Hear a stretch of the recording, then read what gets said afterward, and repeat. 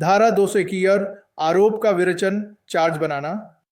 यह धारा सत्र न्यायालय के न्यायाधीश की भूमिका को परिभाषित करती है जब वह मामले के रिकॉर्ड की समीक्षा और दोनों पक्षों की सुनवाई के बाद यह तय करता है कि अभियुक्त के खिलाफ आरोप तय किए जाएं या नहीं। यह प्रक्रिया मुकदमे के अगले चरण को निर्धारित करती है। 1. यदि पूर्वोक्त विचार और सुनवाई के बाद न्यायाधीश की राय है कि यह अनुमान लगाने का आधार है कि अभियुक्त ने एक अपराध किया है, जो सरल शब्दों में जब न्यायाधीश पिछली धाराओं में बताई गई मामले की समीक्षा कर लेता है और आरोपी व सरकारी वकील के तर्क सुन लेता है, और उसे लगता है कि यह मानने के लिए पर्याप्त आधार हैं कि आरोपी ने कोई अपराध किया है जो विशेष रूप से सत्र न्यायालय द्वारा विचारणीय नहीं है, तो वह अभियुक्त के खिलाफ एक आरोप बना सकता है और आदेश द्वारा मामले को विचारण के लिए मुख्य न्यायिक मजिस्ट्रेट या किसी अन्य प्रथम श्रेणी न्यायिक मजिस्ट्रेट को हस्तांतरित कर सकता है और अभियुक्त को ऐसी तारीख को मुख्य न्यायिक मजिस्ट्रेट या प्रथम श्रेणी न्यायिक मजिस्ट्रेट के समक्ष उपस्थित होने का निर्देश दे सकता है जिसे वह उपयुक्त समझे, और तत्पश्चात ऐसा मजिस्ट्रेट पुलिस रिपोर्ट पर संस्थित वारंट मामलों के विचारण की प्रक्रिया के अनुसार अपराध का विचारण करेगा।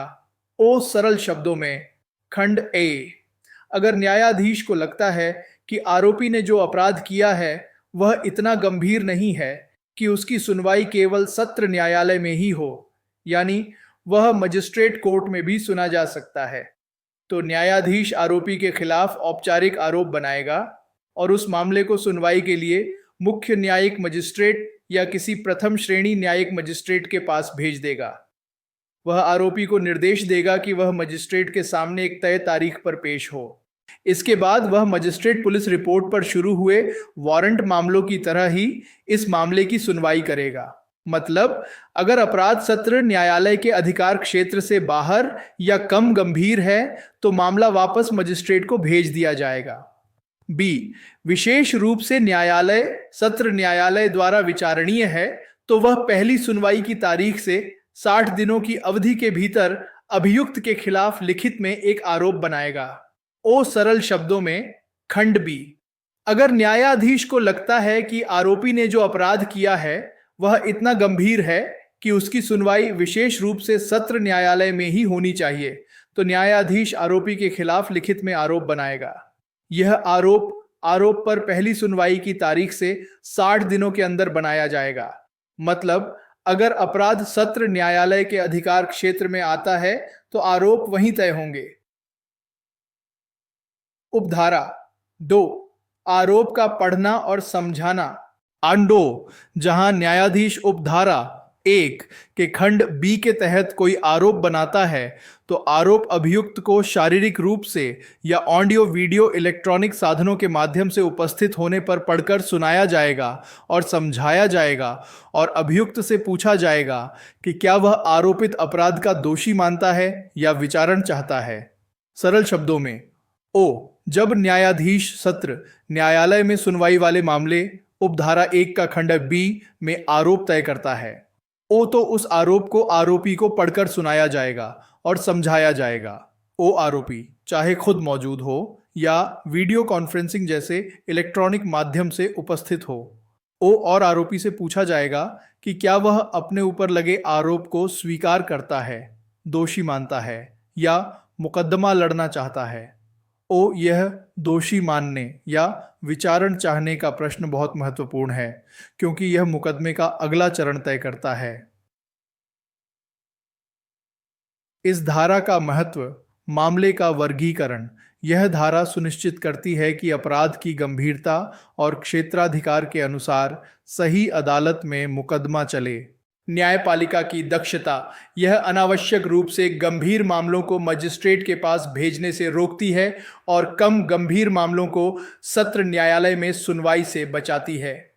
अभियुक्त को जानकारी, यह सुनिश्चित करती है कि अभियुक्त को उसके खिलाफ लगाए गए आरोपों की पूरी जानकारी मिले और उसे यह तय करने का अवसर मिले कि वह दोषी मानता है या मुकदमा लड़ना चाहता है। पारदर्शिता, आरोप तय करने और उसे आरोपी को समझाने की प्रक्रिया मुकदमे में पारदर्शिता लाती है। समय सीमा खंड बी में 60 दिन की समय सीमा प्रक्रिया को गति देती है। संक्षेप में, धारा 251 न्यायाधीश को यह तय करने का अधिकार देती है कि क्या अभियुक्त के खिलाफ आरोप तय किए जाएं। यदि अपराध सत्र न्यायालय द्वारा विचारणीय नहीं है तो मामला मजिस्ट्रेट को हस्तांतरित कर दिया जाता है। यदि अपराध सत्र न्यायालय द्वारा विचारणीय है तो न्यायाधीश 60 दिनों के भीतर लिखित में आरोप तय करेगा, उसे अभियुक्त को पढ़कर सुनाएगा और समझाएगा और उससे पूछेगा कि क्या वह दोषी मानता है या विचारण चाहता है।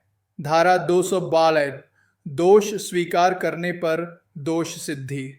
यह धारा उस स्थिति से संबंधित है जब सत्र न्यायालय में अभियुक्त आरोपी अपने ऊपर लगाए गए अपराध को स्वीकार कर लेता है, यानी दोषी होने का निवेदन करता है। यह बताती है कि ऐसी स्थिति में न्यायाधीश को क्या करना चाहिए। यदि अभियुक्त दोषी होने का निवेदन करता है, प्लीड्स गिल्टी, तो न्यायाधीश निवेदन को दर्ज करेगा, रिकॉर्ड द प्ली, और अपने विवेक से इन हिज डिस्क्रेशन उस पर उसे दोषी ठहरा सकता है, कन्विक्ट हिम देयरऑन। सरल शब्दों में, ओ अगर आरोपी, जिसे धारा 251 के तहत आरोप पढ़कर और समझाकर पूछा गया था, कहता है कि हाँ मैं दोषी हूं या मैं अपना अपराध स्वीकार करता हूं, वो तो न्यायाधीश को सबसे पहले आरोपी के इस दोष स्वीकार को रिकॉर्ड में दर्ज करना होगा। वो इसके बाद न्यायाधीश अपने विवेक का उपयोग करते हुए, यानी अपनी मर्जी और मामले की परिस्थितियों के अनुसार तय करते हुए, वो आरोपी को उसके इस स्वीकारोक्ति के आधार पर दोषी ठहरा सकता है। इस धारा का महत्व, न्यायिक दक्षता। यह धारा उन मामलों को तुरंत निपटाने में मदद करती है जहां आरोपी अपना अपराध स्वीकार कर लेता है, जिससे अदालत का समय और संसाधन बचते हैं। दोषी व्यक्ति का त्वरित न्याय आरोपी को लंबी सुनवाई से बचाता है और उसे अपने अपराध के लिए जल्दी जवाबदेह ठहराया जा सकता है। न्यायिक विवेक। यह न्यायाधीश को पूर्ण स्वतंत्रता नहीं देती कि वह हमेशा दोषी मानने पर तुरंत सजा दे दे। न्यायाधीश को यह सुनिश्चित करने के लिए अपने विवेक का उपयोग करना होता है कि आरोपी ने स्वेच्छा से, बिना किसी दबाव के और आरोपों को पूरी तरह से समझकर ही अपना दोष स्वीकार किया है। कभी कभी न्यायाधीश दोषी मानने के बावजूद आगे कुछ जांच या साक्ष्य की मांग कर सकता है, खासकर गंभीर मामलों में। न्याय का प्रशासन। यह सुनिश्चित करती है कि दोषी व्यक्ति को उसके अपराध के लिए जवाबदेह ठहराया जाए, भले ही कोई लंबी सुनवाई न हो। संक्षेप में, धारा 252 बताती है कि यदि सत्र न्यायालय में कोई अभियुक्त अपने अपराध को स्वीकार कर लेता है तो न्यायाधीश को उसके इस स्वीकारोक्ति को दर्ज करना होगा और अपने विवेक का उपयोग करते हुए उसे उस अपराध के लिए दोषी ठहरा सकता है। धारा 233 अभियोजन साक्ष्य के लिए तारीख। यह धारा उस अगले कदम को परिभाषित करती है जो सत्र न्यायालय का न्यायाधीश उठाता है जब अभियुक्त आरोपी अपना अपराध स्वीकार नहीं करता है या मुकदमे का अनुरोध करता है। यह उस चरण की शुरुआत है जहां अभियोजन पक्ष, सरकारी वकील, अपने मामले को साबित करने के लिए सबूत पेश करना शुरू करता है। यदि अभियुक्त दोष स्वीकार करने से इनकार करता है या दोष स्वीकार नहीं करता है या विचारण चाहता है, क्लेम्स टू बी ट्राइड, या धारा 252 के तहत दोष सिद्ध नहीं किया जाता है, तो न्यायाधीश गवाहों की परीक्षा के लिए एक तारीख तय करेगा और अभियोजन के आवेदन पर किसी भी गवाह की उपस्थिति को बाध्य करने या किसी दस्तावेज या अन्य चीज के उत्पादन के लिए कोई भी प्रक्रिया, प्रोसेस जारी कर सकता है। सरल शब्दों में, अगर आरोपी, जिसे धारा 251 के तहत पूछा गया था कि क्या वह दोषी मानता है या विचारण चाहता है, दोषी होने से इनकार करता है या जवाब ही नहीं देता है, या कहता है कि वह मुकदमा लड़ना चाहता है, या धारा 252 के तहत दोषी नहीं ठहराया जाता है, भले ही उसने दोषी माना हो लेकिन न्यायाधीश ने अपने विवेक से उसे तुरंत दोषी न ठहराया हो, तो ऐसी स्थिति में न्यायाधीश को गवाहों की जांच, परीक्षण शुरू करने के लिए एक तारीख तय करनी होगी। और सरकारी वकील अभियोजन पक्ष के आवेदन पर। ओ न्यायाधीश कोई भी कानूनी आदेश या समन जारी कर सकता है ताकि किसी गवाह को अदालत में हाजिर होने के लिए मजबूर किया जा सके या किसी दस्तावेज या किसी अन्य चीज को अदालत में पेश करने के लिए मजबूर किया जा सके।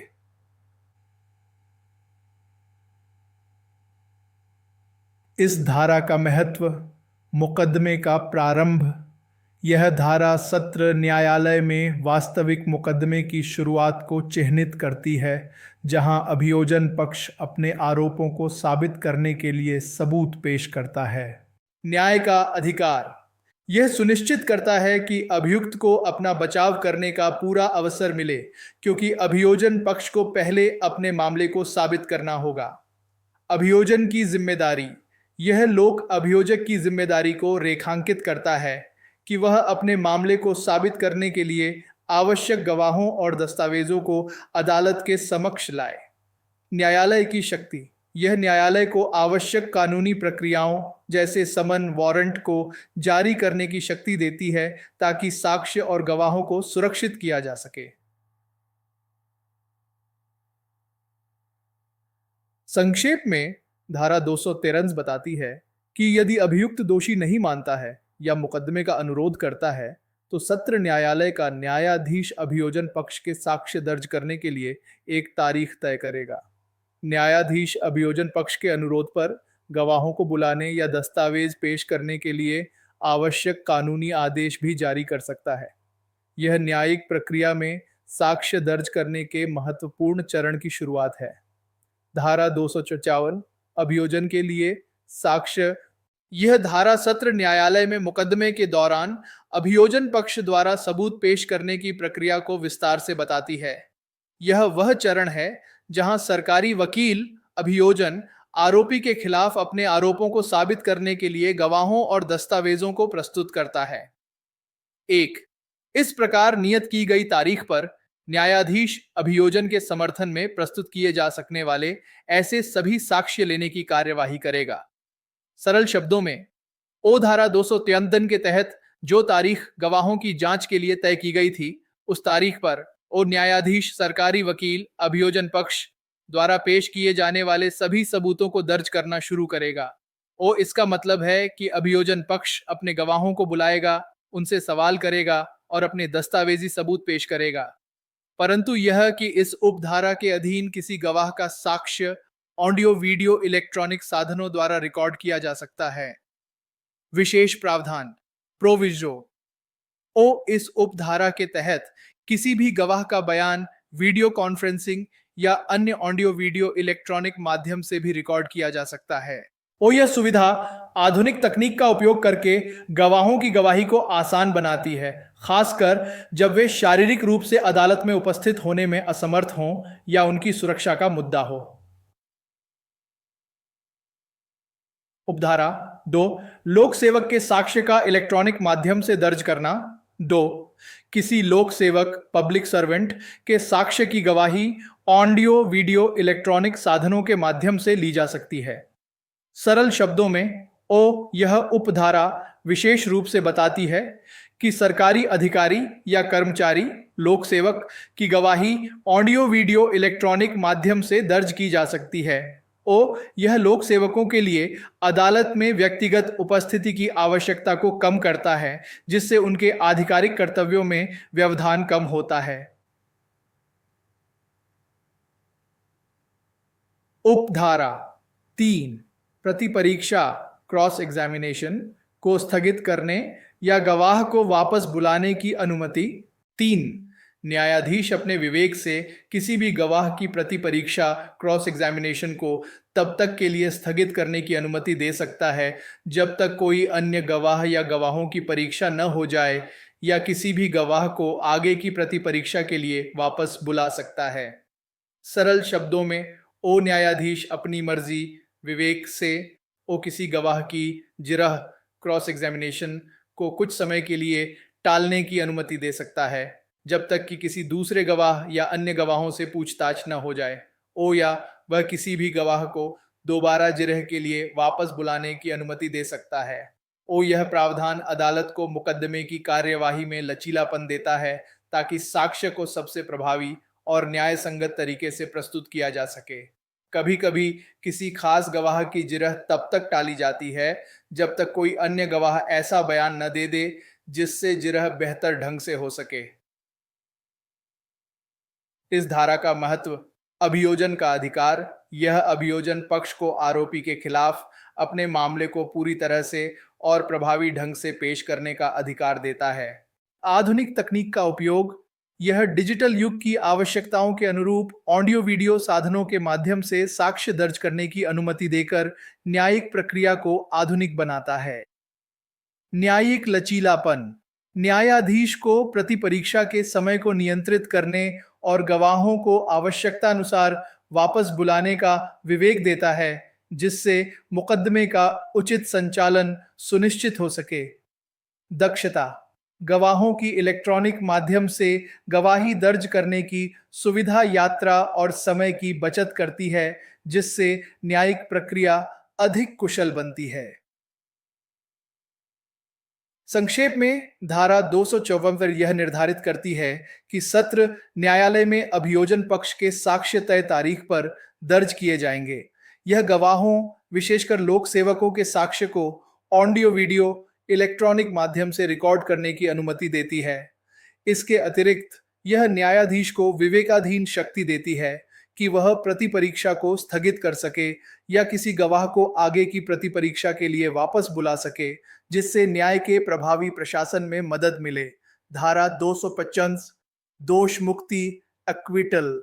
यह धारा सत्र न्यायालय में मुकदमे के एक महत्वपूर्ण चरण को परिभाषित करती है, जहां न्यायाधीश अभियुक्त को दोष मुक्त एक्विटेड करने का निर्णय ले सकता है। यह निर्णय तब लिया जाता है जब अभियोजन पक्ष अपने मामले को साबित करने में विफल रहता है। यदि अभियोजन के लिए साक्ष्य लेने, अभियुक्त की परीक्षा करने और इस बिंदु पर अभियोजन और बचाव पक्ष को सुनने के बाद न्यायाधीश यह विचार करता है कि इस बात का कोई साक्ष्य नहीं है कि अभियुक्त ने अपराध किया है, तो न्यायाधीश दोष मुक्ति का आदेश दर्ज करेगा। सरल शब्दों में, ओ मुकदमे के दौरान न्यायाधीश ने ये सभी कदम उठा लिए हैं। 1. अभियोजन पक्ष सरकारी वकील द्वारा पेश किए गए सारे सबूतों, गवाहों के बयान, दस्तावेज आदि को सुन लिया है और दर्ज कर लिया है, जैसा कि धारा 254 में बताया गया है। 2. आरोपी से भी पूछताछ कर ली है, आमतौर पर धारा 313 के तहत, जहां उसे अपने खिलाफ सबूतों पर स्पष्टीकरण देने का मौका दिया जाता है। 3. और अभियोजन पक्ष और बचाव पक्ष दोनों के वकील की दलीलें, आर्ग्यूमेंट्स सुन ली हैं इस बिंदु पर कि क्या आरोपी ने अपराध किया है। इन सभी को ध्यान से देखने और सुनने के बाद अगर न्यायाधीश को लगता है कि कोई भी सबूत ऐसा नहीं है जिससे यह साबित हो सके कि आरोपी ने वह अपराध किया है, तो न्यायाधीश आरोपी को दोष मुक्त बरी करने का आदेश दर्ज करेगा। इस धारा का महत्व। न्याय का मूल सिद्धांत। यह आपराधिक न्याय प्रणाली के एक मूलभूत सिद्धांत को दर्शाता है कि जब तक अपराध उचित संदेह से परे साबित न हो जाए, तब तक व्यक्ति निर्दोष है। अधूरी जांच पर रोक। यह प्रावधान पुलिस या अभियोजन पक्ष द्वारा अपर्याप्त या कमजोर सबूतों के आधार पर मुकदमे को आगे बढ़ाने पर रोक लगाता है। झूठे आरोप से सुरक्षा। यह निर्दोष व्यक्तियों को झूठे या अनसब्सटैंशिएटेड आरोपों के लिए दोषी ठहराए जाने से बचाता है। न्यायिक जिम्मेदारी। यह न्यायाधीश पर एक गंभीर जिम्मेदारी डालता है कि वह सभी साक्ष्यों का सावधानीपूर्वक मूल्यांकन करे और केवल तभी दोष मुक्त करे जब अपराध साबित करने के लिए कोई विश्वसनीय सबूत न हो। संक्षेप में, धारा 255 सत्र न्यायालय के न्यायाधीश को यह अधिकार और कर्तव्य देती है कि यदि अभियोजन पक्ष के साक्ष्य दर्ज करने, अभियुक्त की जांच करने और दोनों पक्षों की दलीलें सुनने के बाद भी यह साबित करने के लिए कोई सबूत नहीं मिलता है कि अभियुक्त ने अपराध किया है, तो न्यायाधीश उसे तत्काल दोषमुक्त बरी करने का आदेश दर्ज करेगा।